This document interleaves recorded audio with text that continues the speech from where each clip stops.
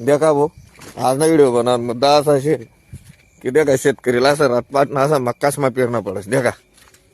देखा डोकावरला मक्का शेत रातना 11 वाजेले. आता लाईट उनी आता देखा आता मोटर चालू करायला ऑटो चालू करेल होतं. येरमा पाणी चालू होई ना काही पाटणं देखा साठी देखा कसं मक्कामा जाणं पडत. देखा तुमले दाखवाडस मी